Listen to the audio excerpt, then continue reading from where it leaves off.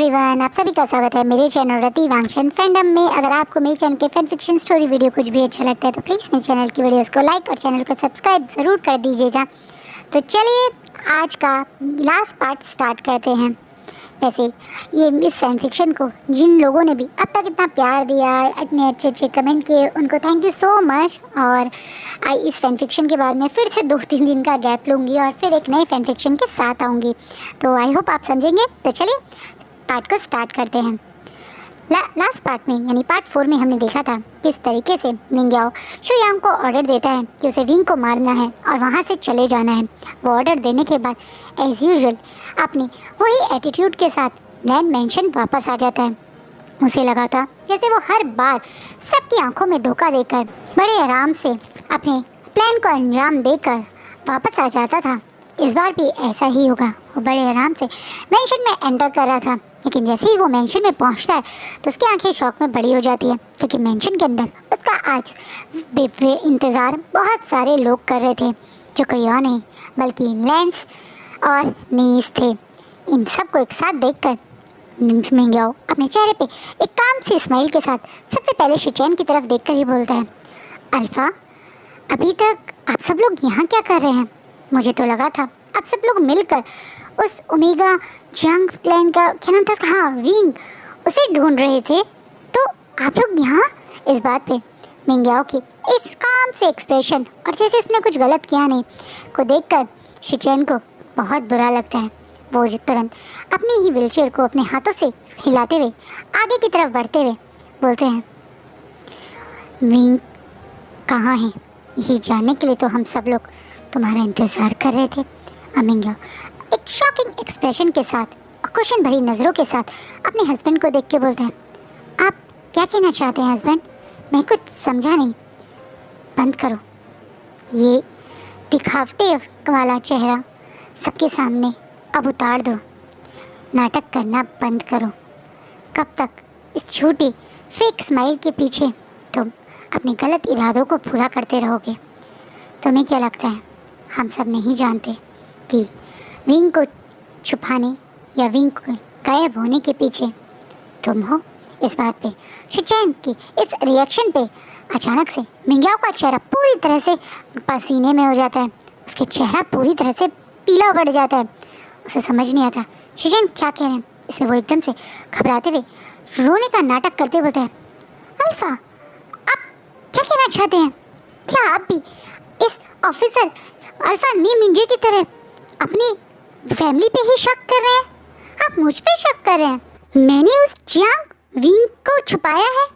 मेरा उस Jiang wing से क्या मतलब, और क्यों छुपाऊंगा मैं उसे?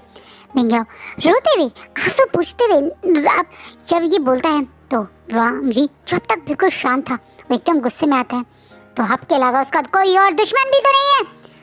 मैं अच्छे से जानता हूँ मेरे विंग को पहले भी आप ही ने नुकसान पहुँचाया था और इस बार भी ये आप ही ने किया है। इस बात को सुनते अब अचानक से मिंग्याओ का चेहरा जो अब तक पूरा पेल था अब वो बिल्कुल डार्क हो जाता है, आंखें बिल्कुल गुस्से में लाल, और वो घूर घूर के वांग जी को देखे कहते हैं, तुम कहना क्या चाहते हो?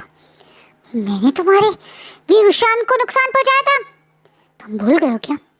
विवशान को किसी ने नुकसान नहीं पहुँचाया था, वो तो खुद मरा था। वो तुम्हारी आंखों के आगे उस ट्रेन के सामने आ गया था। जैसे ही मिंग्याओ ये बात बोलता है तो अब अचानक से रूम में खड़े बाकी लोग भी शौक में मिंग्याओ को देखने लगते हैं। वहीं अब शिचैन की आंखें बंद गुस्से में मुंह नीचे हो जाता है। वहीं अब चिरैन अपनी जगह से आगे आते हैं और तुरंत मिंग्याओ को देख के गुस्से में उसके हाथ को अपनी तरफ करते हुए उसको गुस्से में अपनी तरफ देखते हुए बोलते हैं, तुम्हें कैसे पता विवशान कैसे मरा था? वांग जी ने आज तक ये बात कभी भी किसी तक को नहीं पहुँचाई, यहाँ तक कि ऑफिसर मैं शिचैन तक ये बात नहीं जानते थे। तो तुम्हें कैसे पता चला शिचैन कैसे मरा था? कहते हुए चिरैन बहुत ज़ोर से मिंग्याओ पे चिल्लाते हैं। वहीं मिंग्याओ जैसे ही महसूस करता है कि वो गुस्से में क्या बोल गया, उसके चेहरा पसीना पसीना हो जाता है। वो अचानक से घूर घूर के सबको देखने लगता है जो अब उसे बहुत ज़्यादा गुस्से में देख रहे हैं। मिंग्याओ एकदम से अपनी बात संभालते बोलता है, वो मुझे वांग जी ने ही बताई। आपको पता है ना जब विवशान मरा था तो ये कितना परेशान रहता था, कितनी बार ये रात भर पीता भी था। एक बार ड्रंक होकर इसी ने मुझे बताया था। मैंने इसी के मुँह से सुना था। अब मिंग्याओ खुद को संभालने लगते हैं। वहीं वांग जी गुस्से में आगे आकर सीधा मिंग्याओ के गाल पे एक जोरदार तमाचा लगाता है, जो सचमुच में एक बहुत बड़ी बात थी। एक टाइम पे जिसे ब्रदर इन लॉ की सारी रिस्पेक्ट देने वाले वांग जी ने कभी भी गलती से भी आवाज़ तेज करके बात भी नहीं की। उस इंसान के चेहरे पे आज वांग जी ने बहुत ज़ोर से एक थप्पड़ मारा। ये प्रूफ था मिंग्याओ के लिए कि अब वो मिंग्याओ के साथ क्या कर सकता है। मिंग्याओ सोच नहीं सकता। मिंग्याओ अपना चेहरे पे गाल पे जिस पे थप्पड़ पड़ा है उस पे हाथ रखते हुए आंसू भरी आंखों से वांग जी की तरफ देखने लगता है। वहीं वांग जी गुस्से में मिंग्याओ की तरफ देख के बोलता है, इतना और झूठ बोलोगे तुम? झूठ पे झूठ, सिर्फ यही तो करते आ रहे हो तुम। झूठ बोलकर हम सबको धोखा देना। अब भी एक और झूठ बोल रहे हो। विंग के मरने के बाद मैंने कभी ड्रिंक नहीं किया। वो तुम थे जिसने कई बार मेरे खाने में नशे की दवाई मिलाकर विंग के मरने के बाद उसका मुझे अपने पास लाने की कोशिश की थी।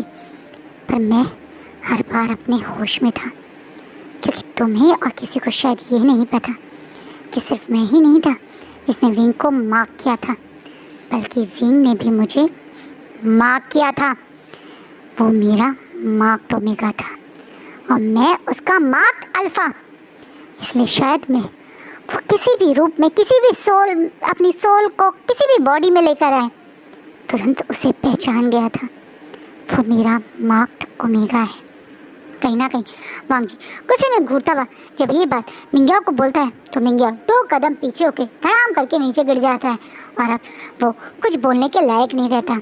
आज वांग जी उसका वो सच भी सबके सामने ला रहा है जो उसे लगा था कभी वांग जी को भी याद नहीं होगा। अब वांग जी सबकी तरफ देखते हुए, खासकर अपने भाई और अपने अंकल की तरफ देखते हुए कहते हैं, मुझे माफ़ कीजिएगा, मैंने परिवार होकर आपसे इतनी बड़ी बात छुपाई। पर काका, मेरे ओमेगा के मरने के बाद आपका ये घटिया कैरेक्टर लेस ओमेगा कई बार मेरे करीब आने की कोशिश करता था। वो ऐसे दिखाता था कि वो मेरी कमज़ोरी में मेरा सहारा बनना चाहता है, पर असलियत में उसकी नीयत और उसकी इरादों को मैं पहले ही समझ चुका था। मेरे पास कोई सबूत नहीं था कि मैं आप लोगों के सामने ये बात प्रूव कर सकूं, लेकिन अब जब मैंने खुद इसके बारे में पता कर लिया है तो मैं अब इसका हर घटिया चेहरा आपके सामने लाऊंगा। ये बोलता हुआ अब वांग जी अपने गार्ड को मिंग्याओ को पकड़ने का इशारा करता है। उसके गार्ड यानी वैनिंग तुरंत अब आप एक गार्ड के साथ मिंग्याओ के पास आ जाते हैं और मिंग्याओ को जोर से उसके हाथों से पकड़ के खड़ा कर देते हैं। वही मिंग्याओ से आप सबकी तरफ देखते हैं और अभी भी नाटक करते हुए कहते हैं, वांग जी तुम मेरे बारे में गलत कह रहे हो। तुम मेरे बारे में इतना गलत कैसे सोच सकते हो? नहीं, मैंने कभी तुम्हारे बारे में कुछ गलत नहीं सोचा और ये सब एक मिसअंडरस्टैंडिंग है। तुम्हें धोखा हो रहा है। शिचैन अब एकदम से तुरंत अपने आप को गार्ड से फ्री करता हुआ मिंग्याओ दौड़ता हुआ शिचैन के पैरों पे बैठ जाता है और घुटने के बल बैठे हुए शिचैन के हाथों को पकड़ने की कोशिश करता हुआ, तुम तो मुझ पर ट्रस्ट करते हो शिचैन। तुम्हें पता है ना मैं तुमसे कितना प्यार करता हूँ। मैंने हमेशा तुम्हारा साथ दिया है। अब मिंग्याओ जब ये नाटक करते हैं तो शिचैन गुस्से भरी आवाज़ में मिंग्याओ की तरफ देखते हुए एक थप्पड़ और उसे जोर से मारते हैं, इतनी ज़ोर से कि इस बार तो मिंग्याओ फ्लोर पे जाके गिरता है। उसके होठ के पास से भी खून आ जाता है। अब मिंग्याओ को देखते हुए शिचैन बोलते हैं, मैं भी यही सोचता था कि तुम मुझे प्यार करते हो, पर तुम किसी जैसा घटिया ओमेगा सिर्फ प्यार का नाटक करना जानता है, प्यार करना नहीं। मुझे लगा था मेरे पैरों के जाने के बाद तुम्हारे साथ बहुत गलत हो रहा है। तुम जीवन भर एक अपाहिज अल्फा के साथ बन गए, लेकिन अब मुझे समझ में आया कि मेरे साथ रहना तुम्हारे कितना बड़ा चाल का कारण था। तुमने ये सब जानबूझ के किया। ये सब तुम्हारा एक बुना हुआ जाल था जिसमें एक एक करके हम सब फंसते रहे। तुमने हम सब के साथ बहुत गलत किया मिंग्याओ, तुमने बहुत गलत किया। तुम इतने गिरे हुए हो सकते थे, मैंने कभी सोचा भी नहीं था। तुमने आज हम सबको बर्बाद कर दिया। ये बोलते हुए अब शिचैन बहुत ज़ोर से फेस नीचे करके आंसू बहाने लगते हैं। वहीं सबसे पहले तो शिचैन के पास चिरैन ही पहुंचते हैं और उनके कंधे पे हाथ रख के उन्हें संभालने लगते हैं। वहीं मिंग्याओ जो फ्लोर पे पड़ा था उसे अब कार्ड उठा के खींच के ले जाने लगते हैं और वो एक पुतला बन जाता है, क्योंकि अब उसे समझ आ गया है उसे किसी भी बोलने से, नाटक करने से यहाँ पे किसी को कुछ फ़र्क नहीं पड़ेगा। लेकिन एक इंसान जो वहाँ से इस तरह से मिंग्याओ को नहीं जाने दे सकता था, वो कोई और नहीं बल्कि नी हुसैन था, जो दौड़ता हुआ अब मिंग्याओ के कॉलर को पकड़ के जोर से उसे चीखते बोलता है, क्यों किया तुमने मेरे दोस्त के साथ ऐसा क्यों किया? तुम्हारी नीयत वांगजी पे गंदी थी, तो मेरे बेदोस्त की क्या गलती थी? उसके पूरे परिवार को क्यों बर्बाद किया तुमने?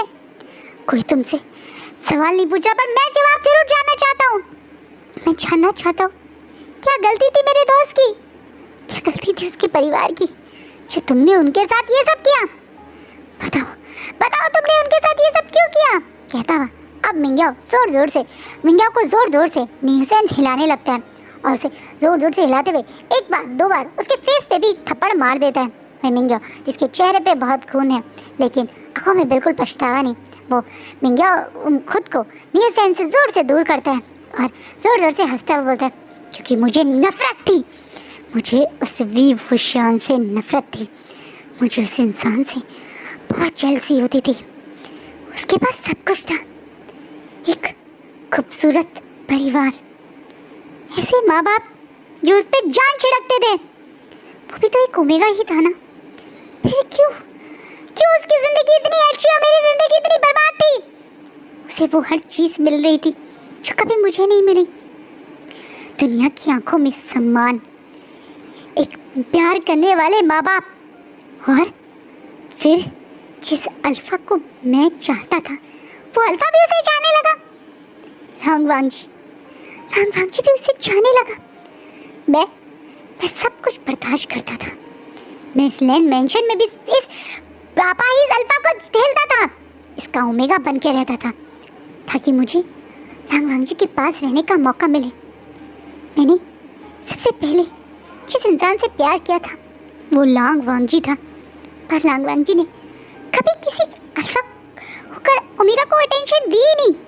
वो सिर्फ अपने मिशन और अपने काम में लगा रहता था। मैं बहुत कोशिश करता था कि मैं लांग वांगजी के पास आ सकूं, इसी कारण मैंने उसके भाई को फंसाया। मुझे लगा था उसके भाई के करीब रहकर मैं उसके करीब रहूँगा। मैंने तो शिचैन से प्यार का नाटक किया था, मुझे क्या पता था ये प्यार में पागल होकर मेरे घर प्रपोजल भेज देगा। वो जिन फैमिली, उसे तो मौका मिल गया था मुझसे आज़ादी का, मुझे अपने घर से बाहर निकालने का, तो उसने तुरंत इस शिचैन के रिश्ते को एक्सेप्ट कर लिया। मैंने भी डिसाइड कर लिया था कि मैं कभी भी किसी और अल्फा को अपनी ज़िंदगी में नहीं लेके आऊँगा, इसलिए मैंने ही शिचैन का एक्सीडेंट करवाया था।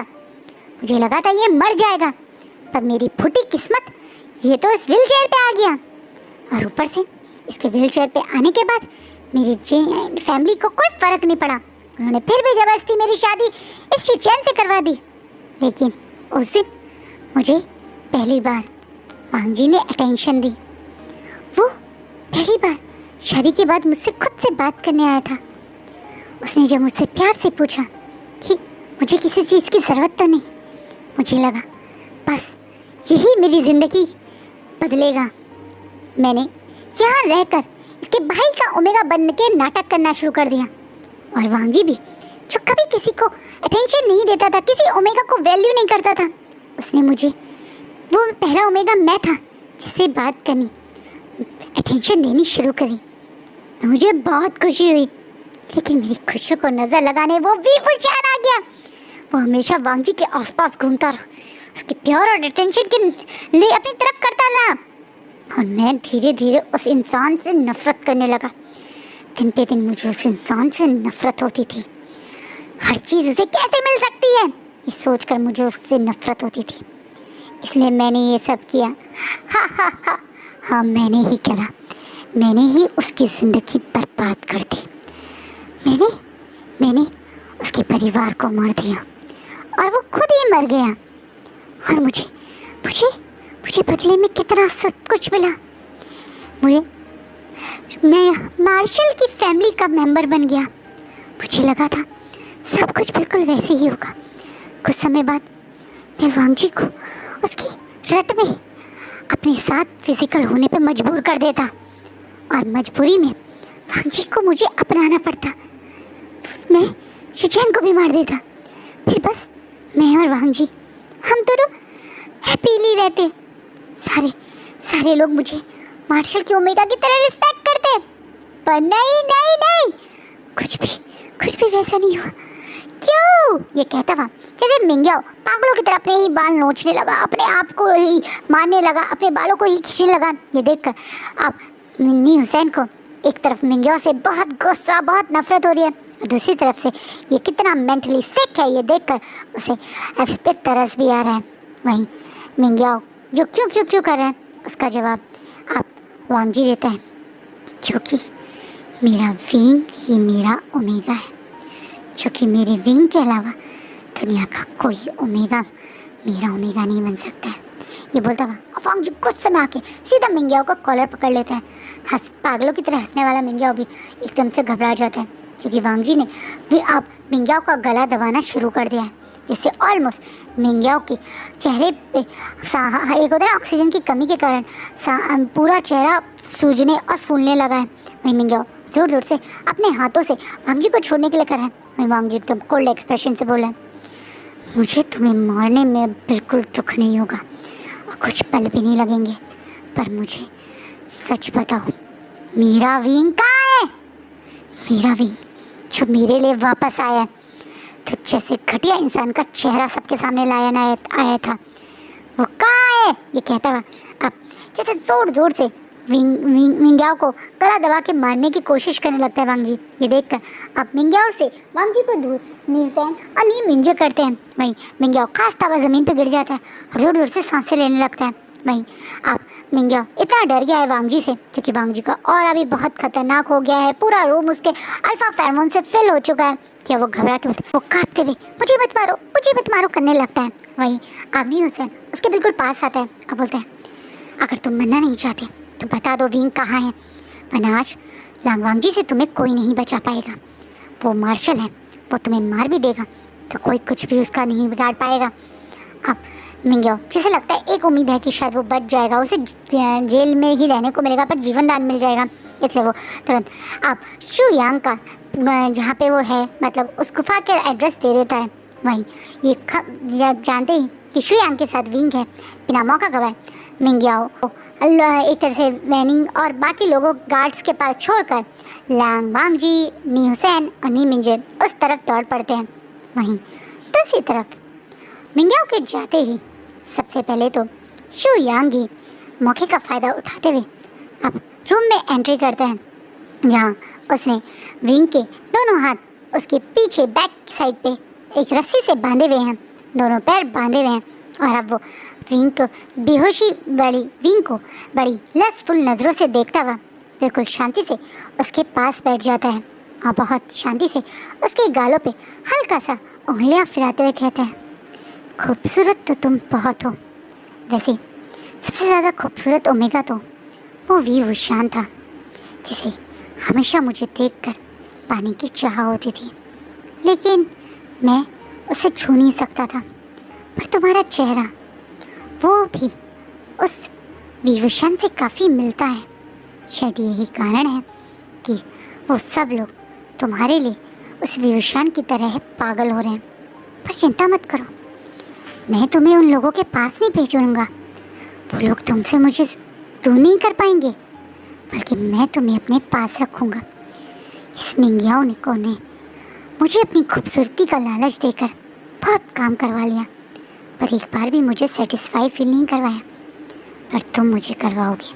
ये बोलता हुआ मिंग्याओ आगे बढ़कर विंग के लिप्स के पास अपने फेस को लाने की कोशिश ही करता है, जब अचानक से विंग को होश आ जाता है, और जब वो देखता है कि कैसे आँख बंद करके शू यांग उसके बिल्कुल पास आ रहा है, तो वो जोर से अपने सर को शू यांग के सर पे मारता है, जिससे शू यांग के सर में बहुत ज़ोर से दर्द होता है और वो अपने सर पे हाथ रख के 2 कदम पीछे हो जाता है।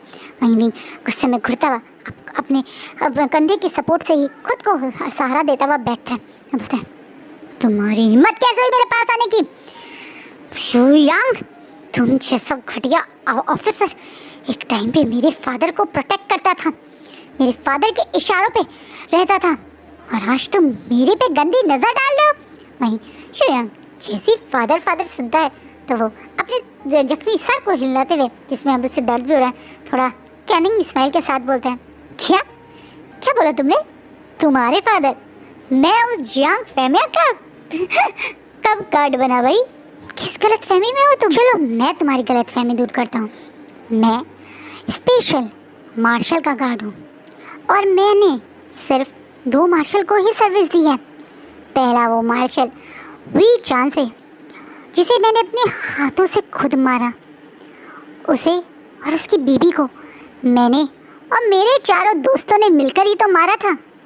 जहाँ सबको लग रहा था कि आज उस वी मेंशन का बिग डे होगा, वहाँ मैंने अपने दोस्तों के साथ मिलकर लेंस की साइड से हम लोग आए हैं ऐसा शो कर कर वी मेंशन पे अटैक कर दिया था। वी मेंशन के गार्ड्स तो समझ ही नहीं पाए कि हम लेंस के साइड से आए हैं या उन्हीं के साथ थे। वो तो इसी कंफ्यूजन में रहे कि हम लेंस के गेस्ट हैं, और आराम से हमारे को मेंशन में ले गए। बाद में हमने एक एक करके वी मेंशन के हर एक इंसान को मारा। तब मुझे बड़ा दुख हुआ जब वो वी वुशान मेरी मुट्ठी से बाहर भाग गया। मैं तो उस वुशान को मारता, लेकिन उससे पहले उसे एक बार टच टेस्ट ज़रूर करता। पर चलो, वो तो मर गया, लेकिन तुम तो हो। तुम्हें पता है मैंने तुम्हें ये बात क्यों बताई? क्योंकि तुम्हारा ये चेहरा उसी विवशान की मुझे याद दिला रहा है। तुम्हारा चेहरा उस विवशान से काफ़ी मिलता है। शायद किसी ने तुम्हें बताया नहीं, लेकिन अब मैं तुम्हें बता रहा हूँ। और आज मैं तुम्हारे इसी खूबसूरत चेहरे को देखते हुए तुम्हें आज हेवन का फील करवाऊंगा। और ये बोलता हुआ अब शुयांग हंसते हुए विंग के शर्ट्स के बटन खोलने की कोशिश करने लगता है। वहीं विंग गुस्से में बिल्कुल लाल, अपने आप को कमज़ोरी वाला विंग तो है नहीं जो ऐसे ही हैंड ओवर कर देगा। दोबारा से अपने सर को ज़ोर से शुयांग के सर पे मारता है, और अब अपने बंधे हुए हाथ पैरों के बावजूद भी चिल्लाते बोलता है, मुझे छूना मत। तुम थे मेरे माँ बाप के कातिल। मैं सोचता रहा लेंस ने लंजा ने मेरे पेरेंट्स की तरफ अटैक किया, पर लंजा तो शायद मेरी फैमिली को सेव कर रहा था। वो तो मुझे बचाने के लिए वहाँ आया था। मैं तुम्हारी वजह से अपने लंजा से नफरत करने लगा था, पर आज तुम्हारा सच जब मेरी आंखों के सामने आ गया तो मैं तुम्हें छोड़ूंगा नहीं। तुमने मेरे माँ बाप को मार दिया, और अब तुम मेरे जी टच कर रहे हो। ये बोलता हुआ विंग गुस्से में अपने हाथों पैरों को फ्री करने की कोशिश कर रहा है। वो जल्द से जल्द इस रस्सी से आज़ाद होके इस इंसान को खुद अपने हाथों से मारना चाहता है। विंग गुस्से में लाल है और पूरी तरह से अपने आप को फ्री करने की कोशिश कर रहा है। वहीं शुयांग उसको ये करता हुआ देखकर जोर जोर से हंस रहा है और बोल रहा है, तुम खुद को असलियत में वी वुशान समझ रहे हो क्या? जियांग विंग, तुम वी वुशान नहीं हो क्या? तुम वही हो, बस यही सब लोग पहचान कर शायद तुम्हारे लिए इतने पागल हो रहे हैं। कौन हो तुम? जियांग विंग ये बोलता हुआ जैसे शुयांग विंग को ही टीज कर रहा है। वहीं विंग गुस्से में शुयांग को घूरते बोलता है, तुम्हारे लिए तो तुम्हारी मौत। छोड़ो मुझे, मेरे हाथ पैर खोलो और फिर देखो मैं तुम्हारे साथ क्या करता हूँ। इस बात पे शुयांग जोर जोर से हंसने लगता है, तुम पागल हो, मैंने खुद तुम्हें बांधा है और मैं तुम्हारे हाथ पैर खोलूँगा। ये बोलता हुआ शुयांग हंसते हुए विंग के पास आ रहा है, पर इस बार उसे विंग से थोड़ा डर भी लग रहा है। 2 बार बंधे हुए हाथ पैर के बावजूद विंग ने उस पर अटैक किया है। दोनों बार उसके सर में बहुत ज़ोर से मारा है, और क्या पता अगली बार उसकी आँख ही फोड़ दे अपना सर मार के, इसलिए वो थोड़ा सा घबरा भी रहा है। लेकिन उसके दिमाग में जो लस्ट आ चुका है वो उसे सेटिस्फाई भी करना चाहता है, इसलिए वो विंग के ऊपर अटैक कर देता है। और इस बार वो पूरे फोर्स से विंग को पहले थप्पड़ मारता है, जिससे विंग उसके ऊपर अटैक ना कर सके। और जैसे ही विंग थप्पड़ से नीचे गिरता है तो तुरंत उसके ऊपर आ जाता है, जिससे विंग उसे खुद को अलग करने की कोशिश कर रहा है। वो जल्दी से विंग के बटन्स को खोलने की कोशिश कर रहा है, इससे पहले वो इससे आगे कुछ कर पाता। अचानक से उसे महसूस होता है कि कुछ लोग उस एक गुफा सी जगह में आ रहे हैं, जहाँ वो देखकर हैरान है। कोई यहाँ आ सकता था, उसके लिए बहुत बड़ी बात थी। वहीं ये कोई और नहीं बल्कि लैंग वांगजी यानी मार्शल नी हुसैन और नी मिंजे के साथ बहुत सारे गार्ड्स हैं, जिन्हें देखकर सबसे पहले तो शुयांग अपनी गन निकाल लेता है और तुरंत उन लोगों की तरफ करता है। वहीं विंग को इस हालत में और शुयांग को इस हालत में देखकर वांगजी तो गुस्से में पागल हो जाता है। वो बिना मौका गवाए पहले ही शॉट पे शुयांग को वहीं मार देता है और दौड़ता हुआ विंग के पास जाता है। तुरंत विंग के हाथ पैरों को खोलने लगता है। विंग के पास तो दौड़ता हुआ नी मिंजे और नी हुसैन भी पहुंचते हैं। नी हुसैन तो विंग करके उसे प्यार से गले लगाने की कोशिश करता है, लेकिन वांगजी इससे पहले नी हुसैन कुछ करता तुरंत अपने बड़े से मार्शल वाले कोट से विंग को कवर करता है और बहुत प्यार से उसके चेहरे को देख के कहता है, तुम ठीक हो ना विंग? विंग, किसने तुम्हें परेशान किया? तुम्हारे चेहरे पे इसके मार के निशान थे ना। काश मैं इसे जिंदा रख के पहले तड़पाता। ये बोलता हुआ वांगजी बहुत गुस्सा हो चुका है, उसका ऑरा बहुत खतरनाक हो चुका है। वहीं विंग इमोशनल वही आंखों से वांगजी की तरफ देखता है और तुरंत लंजा करके उसके गले लग जाता है। कुछ पल में विंग को पता चल गया कि गलती किसकी थी। शुयांग ने उसके सामने सारा सच बता दिया, यहाँ तक कि मिंग्याओ का सच भी, जो जानकर विंग को बहुत दुख हो रहा था। हंसते हुए, नाटक करते हुए, विंग को परेशान करते हुए, विंग के थप्पड़ मारते हुए, कपड़े उतारते हुए शुयांग सब बता रहा था, जो सब कुछ हुआ था। कैसे मिंग्याओ और उसने मिलकर वी फैमिली को बर्बाद किया। कैसे लैंस तो कभी भी वी फैमिली के अगेंस्ट कुछ प्लान ही नहीं कर रहे थे। ये सब तो मिंग्याओ और उसका प्लान था। ये जानने के बाद विंग को सचमुच में महसूस हुआ कि उसकी आंखों के सामने जो था वो तो बिल्कुल झूठ था। असलियत में तो वांगजी शायद उसे और उसकी फैमिली को बचाने वहाँ आया था। दूर से तो ऐसा लग रहा था कि वांगजी वी फैमिली पे अटैक कर रहे हैं, पर असलियत में तो वी फैमिली के अंदर ऑलरेडी घुस गए वो लोग जिन्होंने वी फैमिली को मारा। वांगजी उनमें पे अटैक कर रहा था। वो सारी बातें सुनने के बाद अब वांगजी के चेस्ट से लगा हुआ विंग जोर जोर से तड़प के रो रहा है, क्योंकि उसे लग रहा है कि कैसे मिंग्याओ और शुयांग ने अपने सेल्फिश मोटो के लिए उसकी फैमिली को बर्बाद कर दिया। कैसे वो अपने परिवार को सही समय पर बचा नहीं पाया। कैसे इतने समय में से वो वांगजी से नफरत कर रहा था, वांगजी को ही गलत समझ रहा था, लेकिन असलियत में तो वांगजी की कोई गलती थी ही नहीं। इसे वो अभी बस रो रहा है। वहीं वांगजी अपनी वॉर्मनेस में विंग को छुपा देना चाहता है, जिस विंग को वो गवा चुका था, जिस विंग को उस मिंग्याओ और शुयांग की घटिया मतलब एक तरह से प्लान के कारण उसने गवा दिया था। आज वो विंग उसके पास है, इसलिए वांगजी विंग को अपने चेस्ट से लगा के उसे सेफ और सिक्योर फील करवाने की कोशिश कर रहे हैं। विंग रोते हुए ही वांगजी के बाहों में बेहोश हो जाता है, जिससे अब वांगजी एकदम घबरा जाता है। वो तुरंत विंग को प्रेडेटर स्टाइल में उठा के वहाँ से हॉस्पिटल की तरफ दौड़ पड़ता है, जहाँ विंग को अब डॉक्टर चेक करता है। हैरानी की बात यह है कि विंग के शरीर पे कोई बहुत ज़्यादा घाव नहीं, लेकिन वो बेहोश है। ये कह दो कोमा में है, जो कोई समझ नहीं पा रहा है। जब से विंग हॉस्पिटल में एडमिट हुआ है, तब से नी हुसैन और वांगजी ने एक पल भी हॉस्पिटल को नहीं छोड़ा। वहीं जियांग्स को अब जब पता चलता है कि जियांग विंग एडमिट है, तो वो वहाँ फिक्र करने, झूठी केयर करने, वो विंग के बारे में फिक्रमंद थे, विंग की को क्या हुआ जानने के लिए आते तो हैं, लेकिन नी मिंजे उन्हें बुरी तरह से धमका के और वहाँ से भेज देते हैं। यहाँ तक कि नी मिंजे के पास सारे सबूत थे कि कैसे जियांग वुशान की ही प्रॉपर्टी पे ये जियांग्स के अब तक फ़ायदा उठा रहे हैं, इस प्रॉपर्टी को अपना बता रहे हैं। यहाँ तक कि उसने तो अब जियांग फैमिया को अरेस्ट भी कर लिया है। वहीं मैडम यू जांगचा और यानली कोशिश कर रहे अपने फादर को बाहर निकालने की, लेकिन मिंग्या मतलब एक तरह से नहीं मिंजो के सबूतों के कारण वो कुछ कर नहीं पा रहे हैं। दूसरी तरफ दिन महीनों में कन्वर्ट हो गए हैं। 6 महीने से विंग की बॉडी अभी भी कोमा में है और कुछ समझ नहीं आ रहा है। क्या सचमुच में विंग सिर्फ एक रिवेंज के लिए ही आया था? वो रिवेंज के बाद क्या सचमुच में सबको अलविदा करके चला गया? अब तो ये लाइफलेस, शायद सोललेस बॉडी है जो हॉस्पिटल में है। असलियत में अब इस बॉडी के अंदर कौन आएगा? क्या पुराना वही डरा सहमा सा जियांग विंग, या स्ट्रॉन्ग मार्शल वी चांसे का इकलौता ओमेगा बेटा वी वुशियान? पता नहीं, किसी को कुछ नहीं पता। वहीं नी हुसैन अपनी तरफ से बहुत कोशिश कर रहे हैं कि वो इस बारे में कहीं किसी तालिस्मान, कहीं किसी बुक या कहीं से कुछ पता कर सके। वो तो काफ़ी सारे प्रीस्ट और के पास भी गया, काफ़ी सारे टेम्पल्स भी गया, लेकिन उसे कुछ समझ नहीं आ रहा है। वहीं वांग जी तो 6 महीने से एक बुद्ध बना हुआ है। वो मार्शल बना था क्योंकि वो मार्शल की पोजीशन से, उस पावर से सच सामने लाना चाहता था। वो उन गार्ड्स के बारे में पता करना चाहता था जो शुयांग के साथ थे। वो बहुत हाई लेवल के गार्ड्स थे, खासकर मार्शल के गार्ड्स थे, इसलिए उनके बारे में कोई नॉर्मल सा ऑफिसर तो कभी पता कर ही नहीं सकता था। इसी कारण तो वांग जी ने ये मार्शल की पोजीशन ली थी।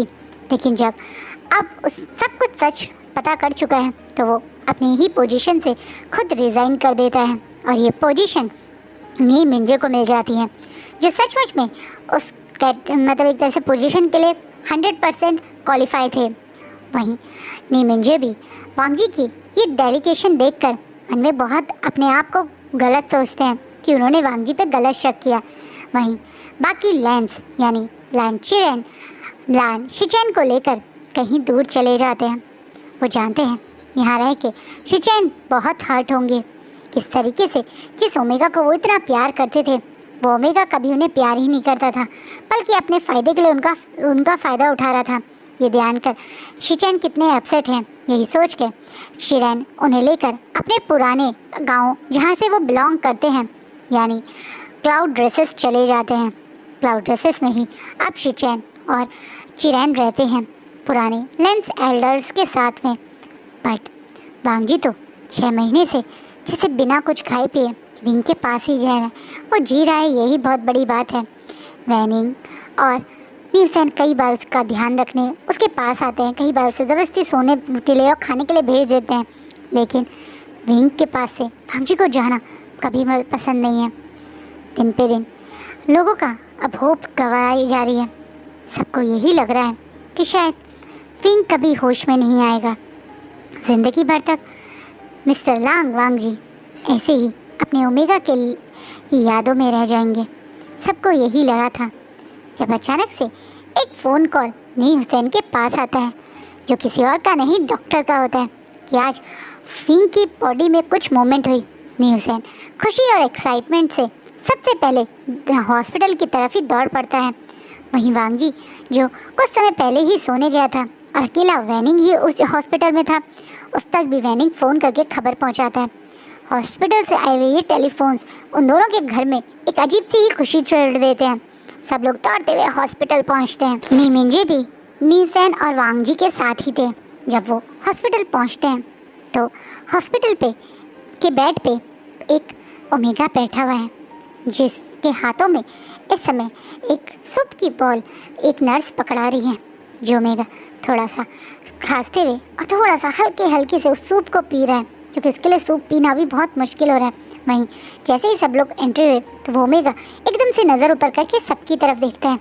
सबसे आगे तो वांग जी ही दौड़ के उसके पास आता है, जिसके कारण वो ओमेगा तुरंत उस सूप की बॉल को अपने हाथ से साइड में रख के एक तरफ को इकट्ठा हो जाता है। यही क्या तो अपने आप को सेव करने लगता है। इसे वांग जी के कदम वहीं रुक जाते हैं। वहीं बड़ी बड़ी आंखें झपकाता वो ओमेगा सब लोगों को देखता हुआ अब नी हुसैन और नी मिंजे की तरफ देखकर अपनी हल्की सी आवाज़ में बोलता है, नी हुसैन, जिससे अचानक से वहाँ पे खड़े कुछ लोगों के चेहरे पे बहुत बड़ी सैडनेस आ जाती है, क्योंकि ये वही घबराया हुआ जियांग विंग है, जिसकी बॉडी शायद विंग ने बोरो करी थी और 6 महीने बाद होश में आने वाला इंसान वही डरा हुआ सहमा हुआ जियांग फैमिली का फर्स्ट हायर, मैं ये कह दो असली ओनर जियांग विंग है। वहीं ये देखते ही वांग जी के कदम 2 कदम पीछे हो जाते हैं, ज़मीन पैरों के नीचे से गायब हो जाती है। वो अचानक से लड़खड़ा सा जाता है, जिसे अचानक से वैनिंग ही संभालता है। वहीं नी मिंजे और नी हुसैन एक दूसरे की तरफ इमोशनली कदम बढ़ाते हुए अब नी मिंजे तो सीधा सबसे आगे आकर हल्के से विंग के हाथ पे हाथ रख के कहते हैं, आइंग। अब अचानक से आइंग सुनते ही विंग अपनी गर्दन हाँ में हिलाकर, दगा, मैं यहाँ कैसे पहुँचा? क्या मदर? और फादर ने फिर से मुझे मारा था। जैसे ही डरा हुआ विंग ये बात बोलता है तो अचानक से वांग जी अब अपने ऊपर कंट्रोल नहीं करके उस रूम के बाहर आकर अब अपनी पीठ वॉल से लगा के आंखें बंद करके रोने लगता है। उसे होप थी शायद उसका विंग वापस आ जाएगा, लेकिन ये बॉडी विंग की नहीं बल्कि जियांग विंग की थी। और शायद इस बार जो सोल इस बॉडी में वापस आई है वो उस रियल बॉडी की रियल सोल है, विवुशान की नहीं। वांग जी जिसे होप थी उसका विवुशान वापस आएगा, शायद आज वो होप टूट गई। वांग जी का विवुशान शायद हमेशा के लिए चला गया। विंग को याद करता हुआ वांग जी अब रोते हुए वहाँ से दौड़ लगा देता है। दौड़ते हुए उसके कदम कहीं और नहीं बल्कि उसी वी मैंशन के पास आके रुकते हैं जहाँ वो और विंग शादी करने वाले थे, जहाँ वो दोनों एक नई ज़िंदगी शुरू करने वाले थे, जहाँ उनकी वो खुशियों भरे दिन को किसी ने मातम में बदल दिया था। वांग जी उस पुराने वी मैंशन जिसका वो अब ओनर बन चुका है, उसी मैंशन को अंदर एंट्री करते हुए जहाँ वो कभी नहीं आता, ओनर बनने के बाद भी वो कभी इस मैंशन में नहीं आया क्योंकि चारों तरफ से ये अभी भी जले हुए उस रात का निशान छोड़े हुए हैं। उस मैंशन में आकर खुद उस राख में बीच में घुटनों के बल बैठ के आज जोर जोर से चीख चीख के रोता है वांग जी, जिसने विंग के मरने के बाद एक आंसू अपनी आंखों से नहीं निकाले थे क्योंकि वो उस दिन रोना चाहता था जिस दिन वो सबको सज़ा दे देगा। वो हर रात तड़पता था, विंग को याद करता था पर रोया नहीं था। और जब वो जियांग विंग से मिला तो उसके दिल ने, उसके अल्फ़ा ने उसे महसूस करवा दिया कि उसका सामने वाला ओमेगा उसी का ओमेगा है। जिसके बाद तो वांग जी जैसे विंग का बदला लेने के लिए और ज़्यादा बेकरार हो गया। उसे लगा बदला लेने के बाद वो और विंग एक अच्छी ज़िंदगी बिताएंगे, पर ज़िंदगी ने तो एक अलग ही खेल खेल दिया इन दोनों के साथ। इसलिए विंग के उस बड़े से पुराने से मैंशन में आज वो अपने दर्द को बाहर निकाल रहा है। वो ज़ोर ज़ोर से चीख चीख के रो रहा है, याद कर रहा है कैसे उसका विंग उसके आसपास घूमता था अपनी प्यारी सी पनी टीथ स्माइल देता हुआ, कैसे उसका विंग उसके अटेंशन के लिए कितने सारे एफर्ट डालता था। उसका विंग जिसे वो बहुत प्यार करता था, उसका विंग जिसके लिए वो कुछ भी करने के लिए तैयार था। शायद हमेशा के लिए वांग जी ने अपने उस विंग को खो दिया।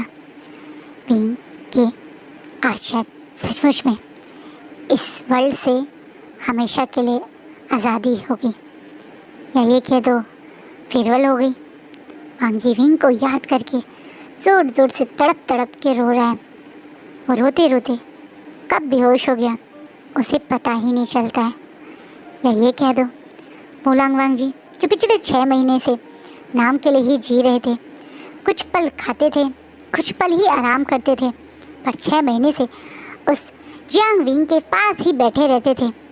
आज उनके उस कमज़ोर शरीर ने जिसके बहुत सारा वजन गिर गया था, शायद इस दर्द के साथ इस दुनिया को अलविदा कर दिया। तो लोग अब सबकी सिर्फ यादों में रह गए, हमेशा के लिए इस दुनिया को अलविदा करके शायद एक नई दुनिया में कहीं ऐसी जगह जहाँ दोनों एक दूसरे के साथ होंगे। ऐसा ही शायद हो भी रहा है, जहाँ सबको लग रहा है उन दोनों ने इस दुनिया को अलविदा कर दिया, वहीं वो दोनों एक दूसरे का हाथ पकड़े शायद एक नए सफ़र में, एक नई जन्म, एक नई लाइफ के लिए कदम बढ़ा रहे हैं, जहाँ वो दोनों बहुत प्यार करेंगे, एक दूसरे के साथ रहेंगे, एक दूसरे से अलग नहीं होने देंगे, जुदा नहीं होंगे। इसी होप में वो एक नई ज़िंदगी की तरफ कदम बढ़ा रहे हैं। विवुशान, ओमेगा विवुशान जो मार्शल वी चांसे और ओमेगा चांसा सरन के बेटे थे, उनकी मौत के करीबन 7 से 8 महीने बाद उनके फियांसे, उनके अल्फ़ा लांग वांग जी ने भी लास्ट ब्रीथ ली थी। सबने उनकी मौत के बाद इस कहानी को सबको सुनाया, सबको बताया क्या हुआ था उन दोनों के साथ जो दोनों मासूम थे, प्यार करते थे, पर दूसरों की नफरत, जलन और गलत इरादों में उजड़ गए। शायद किसी और जगह वो खुश होंगे। इसी एंडिंग के साथ ये फैन फिक्शन हम एंड करते हैं। आई नो इसकी एंडिंग थोड़ी अलग थी, बट ये सैड एंडिंग बिल्कुल नहीं थी, क्योंकि इस स्टोरी में मेरे ख्याल से मैंने एक भी ऐसा कल्प्रेट नहीं छोड़ा है जिन्हें सज़ा ना मिली हो। वैसे भी विंग जिस बॉडी में आया था, यानी जियांग्स विंग की, उस बॉडी ने जीवन भर बहुत कुछ सहा था। अब उसके भी हैप्पी टाइम के चांस हैं। विंग तो जब तक जिंदा रहा एक हैप्पी लाइफ बिताई, एक रॉयल वाली ज़िंदगी जी। उसके माँ बाप बहुत उसे प्यार करते थे, उसकी सारी इच्छाएं पूरी करते थे। उसे प्यार करने वाला उसका अल्फा भी था, पर जियांग विंग को वो कभी नहीं मिला। इसे जियांग विंग अब वो ज़िंदगी बिताएगा। जियांग विंग अब नी मिंजे के साथ शादी कर लेता है और अब वो एक तरह से मार्शल के हस्बैंड की तरह ही पूरे सिटी में रोब झाड़ता है। उसका ध्यान नी हुसैन भी बहुत रखता है, क्योंकि नी हुसैन को याद है किसी बॉडी ने विंग को एक चांस दिया था अपने पेरेंट्स की मौत का बदला ले सके, रियल कल्प्रेट को सबके सामने लेकर आए। जियांग विंग जो एक शरीफ सा सहमा सा ओमेगा था, अब वो काफ़ी बदल चुका है। वो नी हुसैन के साथ रह के थोड़ा मस्तीखोर और पहले से थोड़ा कॉन्फिडेंट भी हो चुका है। ऊपर से नी मिंजे और नी हुसैन उसका बहुत ध्यान भी रखते हैं। नी हुसैन हमेशा विंग को कोई अब दोबारा परेशान ना करे इस चीज़ का ध्यान रखता है। वहीं नी मिंजे ने अब जियांग फैमिया मैडम यू जियांगचा को अच्छी खासी पनिशमेंट दे दी है। उन्होंने एक तरीके से जियांग को इस टाउन से बाहर भगा दिया है। याली यहाँ रहती है, पर वो यहाँ पे एज अ सर्वेंट ही रहती है, लेकिन वो जिन फैमिली से ज़्यादा हैप्पी लाइफ यहीं मार्शल के घर में एक मेड या एक कहता हेड सर्वेंट की तरह रहकर अच्छी बिता रही है। उसे पता है कि उसने भी शुरुआत में बहुत गलती की थी अपनी मदर के साथ। उसने भी इस पर्सन को बहुत परेशान किया था। जब उसे खुद किसी और ने टॉर्चर किया, बुली किया, तब उसे समझ में आया कि वो कितना गलत थी। ऐसे वो अपनी पनिशमेंट के लिए यहीं रह के विंग का ध्यान रखती है। उसकी इंटेंशन अब कभी भी विंग को परेशान पहुंचाने की नहीं है, इसलिए नी मिंजे और नी हुसैन भी उसे कुछ नहीं कहते। और आज का पार्ट यहीं रुकता है। सो कैसी लगी आपको ये स्टोरी कमेंट में ज़रूर बताना। इसकी एंडिंग कैसी लगी ज़रूर बताना और अपनी फैमिली का खूब ध्यान रखना। मिलते हैं एक छोटे से ब्रेक के बाद। 1-2 दिन में मैं एक नए स्टोरी के साथ ज़रूर वापस आऊँगी। तब तक बाय, टेक केयर।